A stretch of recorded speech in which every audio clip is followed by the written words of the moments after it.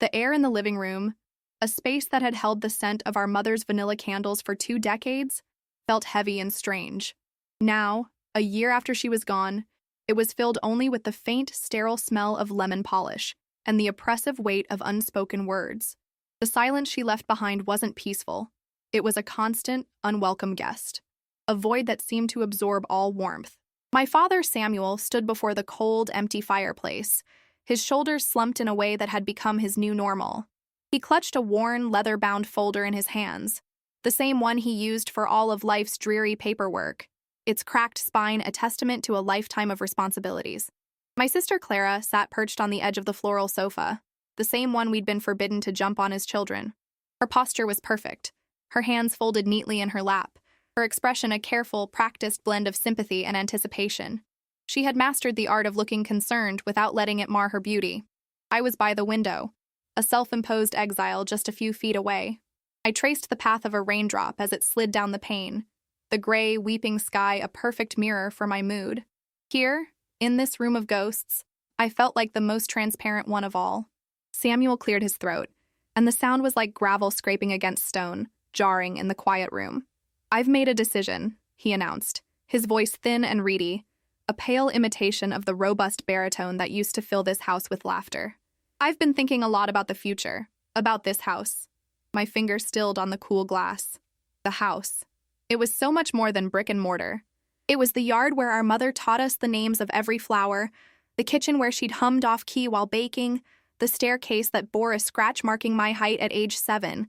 It was the silent witness to every scraped knee, every slammed door, every whispered secret shared between sisters in the dead of night. It was the only tangible piece of our mother we had left, her essence soaked into its very foundations. Clara leaned forward, a fraction of an inch, her movements always measured and graceful. "What about it, Dad?" she asked, her tone as smooth as honey, designed to soothe and coax. "I'm not getting any younger," Samuel continued, his eyes fixed on the mantelpiece, on a framed photo of our mother smiling, eternally vibrant. "It's a big place to manage on my own. It needs a family again. It needs life in its walls." He finally looked up, his weary gaze skipping over me entirely and landing squarely on Clara. "I'm giving it to you, Clara. The house is yours." The words hung in the air, thick and suffocating. A roaring sound filled my ears, and for a moment, I thought the storm outside had broken through the windows. I felt the blood drain from my face. Clara, ever the actress, brought a delicate hand to her chest, her eyes wide with a perfectly calibrated expression of surprise. "Oh, Dad," she breathed, her voice trembling just so. "Are you sure? I mean, what about Grace?" It was a token question, a polite, meaningless nod in my direction. We all knew the answer. From the corner of my eye, I saw our aunt and uncle, who had come for moral support, exchange a look. It wasn't a look of shock. It was a look of weary confirmation. My uncle gave a slight, almost imperceptible nod, as if to say, "Of course, it was always going to be her." I could almost hear their thoughts. The familiar, tired refrain of my life. Clara, the golden child, the one who stayed close to home, who married a respectable man, who produced the first grandchild, who mirrored our parents' expectations perfectly. And me, Grace, the quiet one, the artistic one, the one who had fled to the city for the anonymity and freedom it offered, who had chosen a different, less predictable path. My father's logic, when he finally offered it, was as simple as it was brutal. "Clara is here," he said, gesturing vaguely towards the town beyond the window. "She has a family, a husband, little Samuel. They can fill these rooms, make new memories." He turned to me then, his expression not unkind, but distant, as if he were speaking to a stranger. "You, Grace, you have your own life. You're happy in your little apartment, with your art studio. You never liked the quiet of this town anyway." He wasn't asking, he was telling me what my life was. He had painted a neat, convenient picture of it, one that didn't require the burden of an old, rambling house filled with ghosts. The knot in my throat was so tight I couldn't have spoken if I'd wanted to. What was the point? To rage? To cry? That would only confirm their image of me as the overly emotional, unstable one. So I just nodded. I offered a brittle smile that felt like it might shatter my face and murmured congratulations to my sister. She was now weeping into our father's shoulder, a grand performance of overwhelming gratitude that sealed the transaction. I felt a profound sense of dislocation, as if the very ground beneath me had dissolved.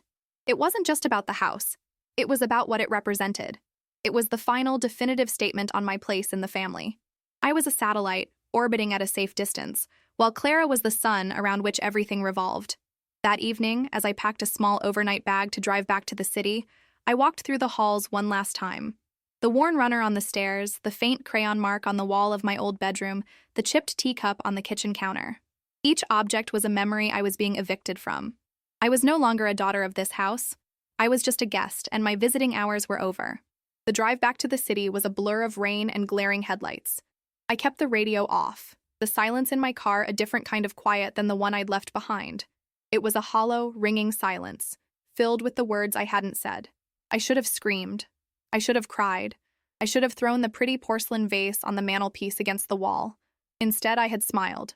I had congratulated her. The sheer, suffocating politeness of my family's cruelty was its most effective weapon. It left no room for honest emotion, branding it as drama, as a scene. My anger, hot and sharp, had nowhere to go, so it turned inward, hardening into a cold, heavy stone in my stomach.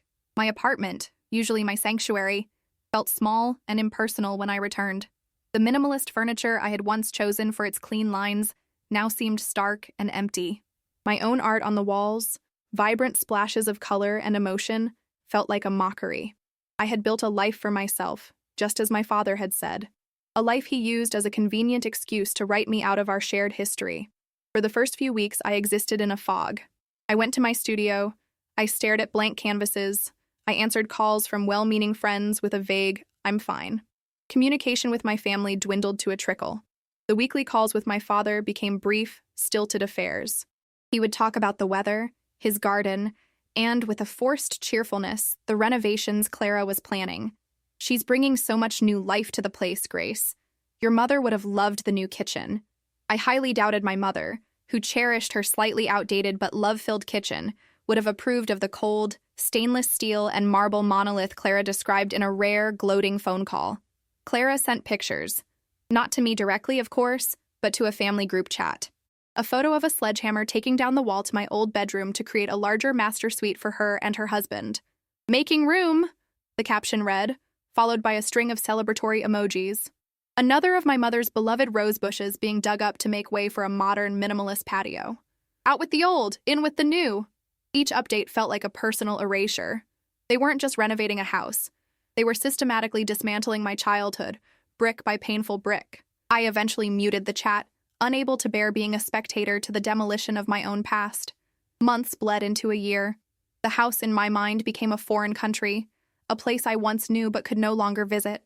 I declined invitations for holidays and birthdays, offering flimsy excuses about work. The truth was I couldn't bring myself to see it.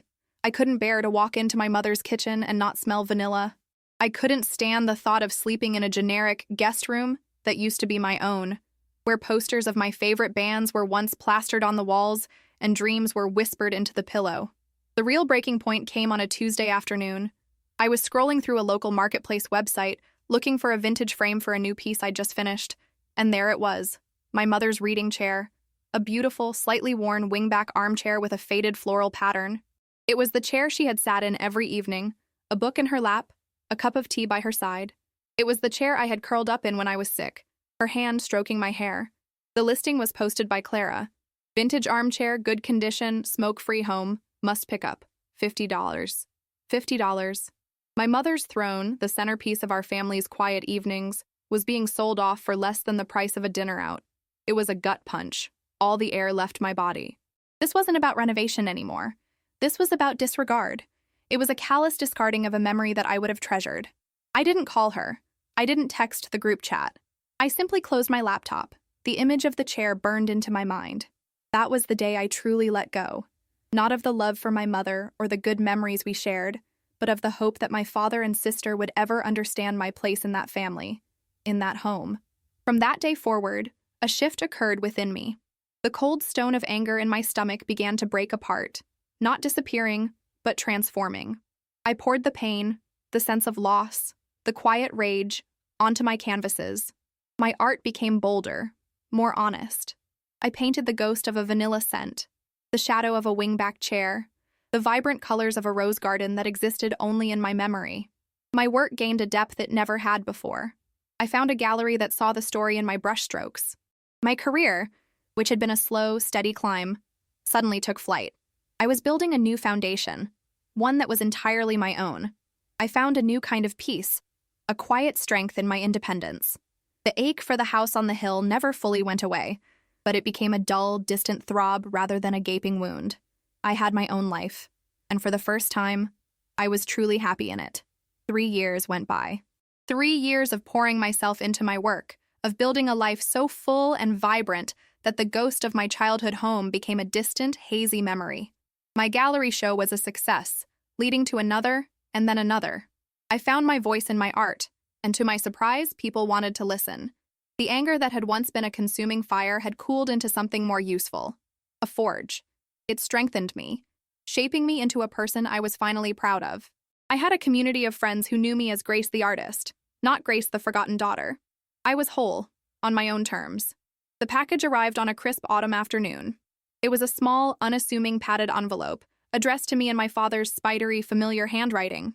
My heart gave a painful lurch. We hadn't spoken in over a year, not since a disastrous Christmas call where he drunkenly lamented that I didn't make more of an effort. Seeing his script felt like a voice from another life. My first instinct was to throw it in the trash, unopened. I didn't need this. I didn't need a half-hearted olive branch or a guilt-laden birthday card sent 6 months late. But curiosity, that treacherous old friend, got the better of me. I slid it open with my palette knife. Inside, there was no letter, no card, just 2 items. The first was a key. A single old-fashioned iron key, heavy and ornate. I knew it instantly. It was the original key to the front door of the house on the hill, the one my mother used to keep on a hook by the entryway. The second item was a small folded piece of my father's heavy cream-colored stationery. I unfolded it with trembling fingers.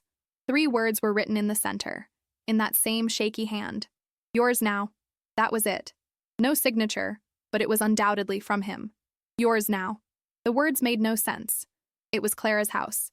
Clara, who was living the perfect life in the perfectly renovated home.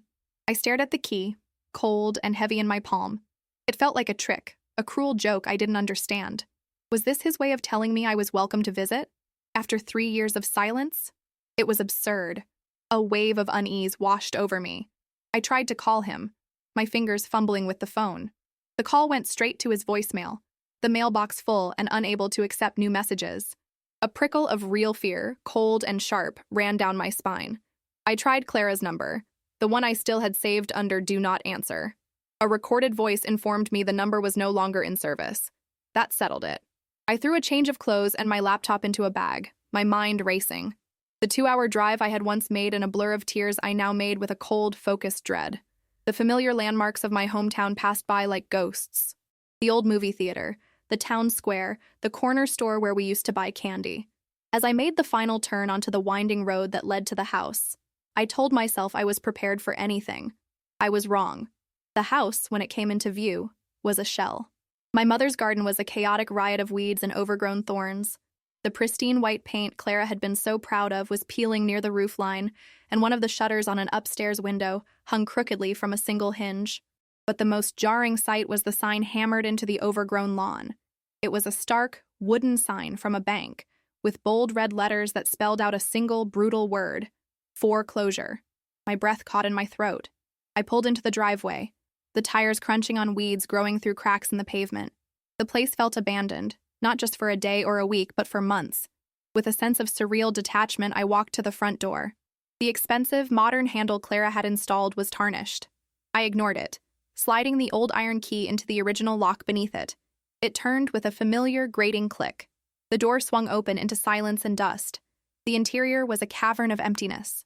The stainless steel and marble kitchen was there, but it was sterile, wiped clean of any sign of life. The vast, open-plan living space where my childhood bedroom used to be was a hollow cavern, echoing my footsteps. Sunlight streamed through the dirty windows, illuminating dust motes dancing in the air. All the furniture was gone. Clara's minimalist couches, the expensive light fixtures, the built-in bookshelves, all of it gone. The only thing left was the scent of dust and decay and a profound, soul-crushing emptiness. The new life had failed spectacularly. The house wasn't just empty. It felt dead. Standing in the hollowed-out heart of my past, the cold key still in my hand. I had more questions than ever. I walked through the empty rooms like a sleepwalker, each footstep a hollow thud in the oppressive silence. This wasn't the house I remembered, nor was it the sterile showroom Clara had created. This was something else entirely. A crime scene. The crime was abandonment. In the kitchen, I ran my hand over the cold marble countertop, a film of dust coming away on my fingers. I could almost hear Clara's triumphant voice describing the Italian stone she'd had imported, a detail that must have seemed so important at the time. Now, it was just a cold, meaningless slab in a dead house. Upstairs, I pushed open the door to what had been my parents' bedroom, now Clara's master suite. The wall they had knocked down left a scar on the hardwood floor, a line where my old room used to begin. They hadn't erased me, they had just left a more obvious wound. I looked out the window at the tangled, dying garden and felt a strange sense of pity. Not for myself, but for Clara. How desperate she must have been to prove something, to build a life that looked perfect from the outside, even as it was rotting from within. My father's old study, at the end of the hall, was the one room that seemed to have resisted the change. Clara had clearly intended it as a home office for her husband, but it was the one space that felt unfinished. The walls were bare, and a few stray boxes were stacked in a corner, left behind in a hurry. A cheap, flat-pack desk stood in the center of the room, but tucked away in an alcove was my father's old mahogany writing desk. It was too heavy and old-fashioned for Clara's modern aesthetic, so it had been shoved aside and forgotten. I ran my hand over its familiar, worn surface. This was his sanctuary, the place he paid bills, wrote letters, and sat in contemplative silence. With a sense of purpose, I began to open the drawers. They were all empty, cleared of a lifetime of paperwork. All except one. The bottom right drawer, the one that always stuck, was locked. I remembered him jiggling the key just so to open it, but the key was long gone. On a hunch, I reached under the desk. Taped to the underside was a small brass key, my father's secret key. It slid into the lock and turned easily. Inside the drawer, there was a single, thick manila envelope with my name, Grace, written on it.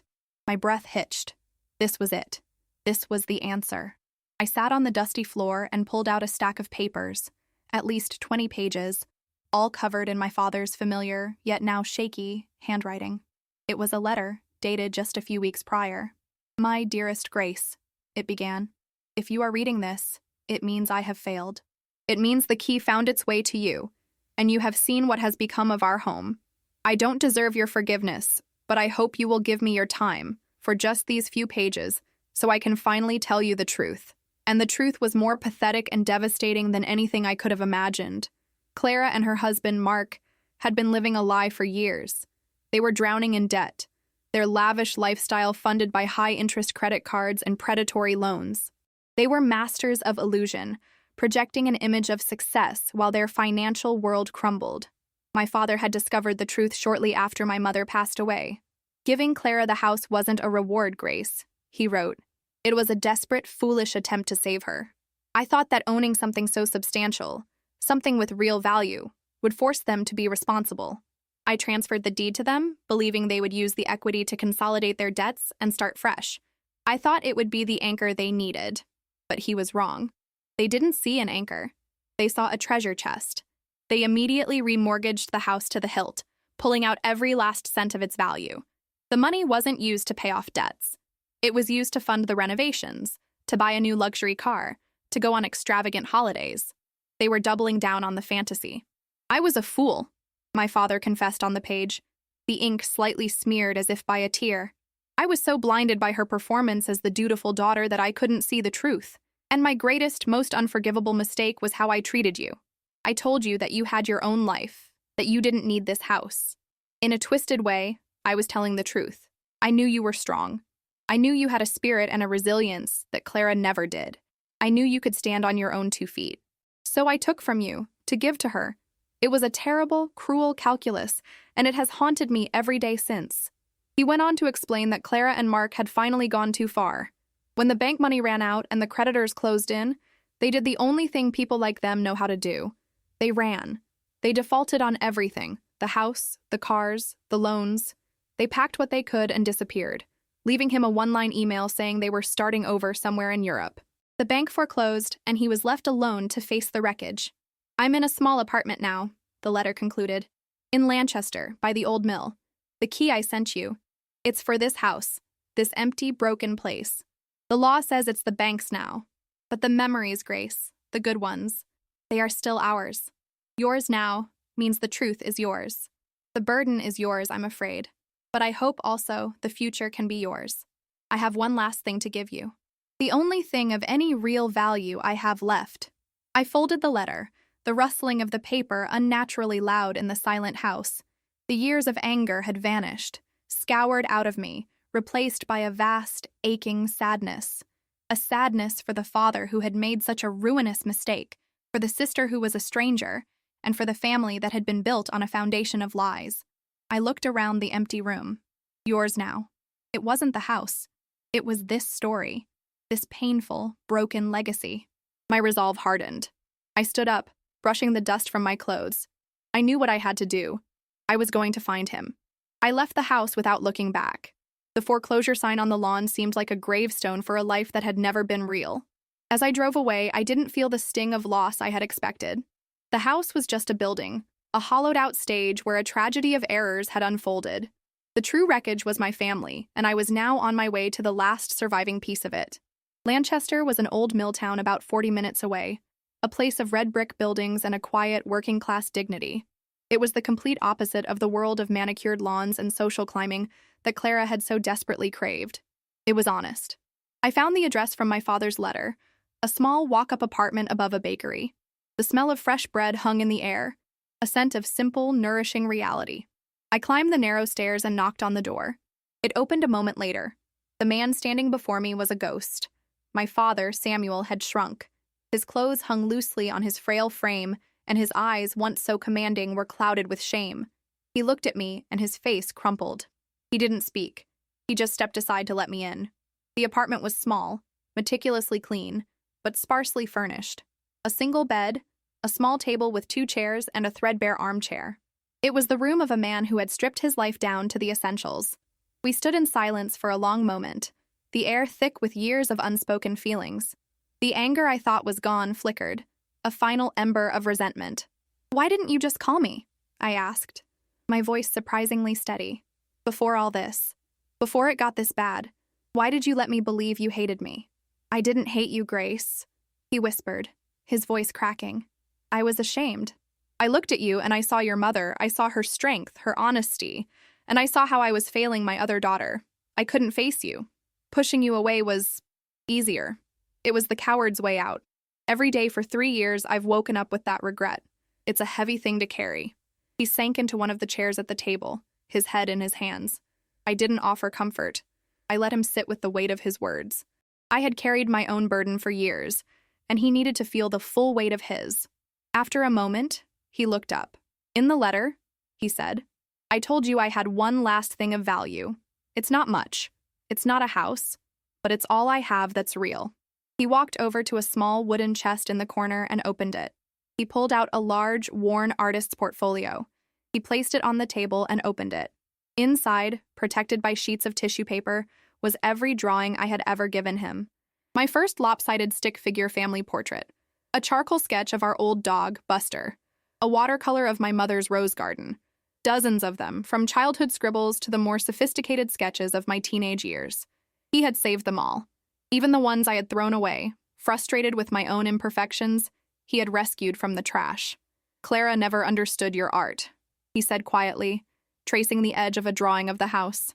"She thought it was a strange hobby. But your mother and I, we saw it. We saw you. Every one of these is a piece of your soul, Grace. I kept them, through all of it, because I knew, even when I was making the worst mistakes of my life, that this was the real treasure of our family. Your gift, your heart." Tears streamed down my face, hot and silent. They weren't tears of anger or sadness, but of release. The house, the money, the lies, they all faded away. This was what mattered. To be seen. To be truly seen, even when you thought you were invisible. I didn't offer a grand cinematic speech of forgiveness.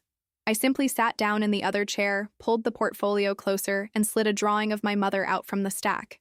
We sat there together, father and daughter, in a small room that smelled of bread and truth, and looked through the pictures. We talked about the memories they held, the real ones, The foundation was shattered, but here, on this little table, we had found a few precious bricks with which to start again. The house was gone, but for the first time in years, I felt like I was finally on my way home. The path to healing is rarely a straight line. Sometimes we must lose what we thought was everything to find what truly matters.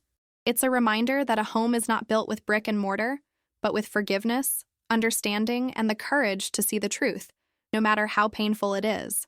If this story touched your heart, share it with someone who needs a message of hope.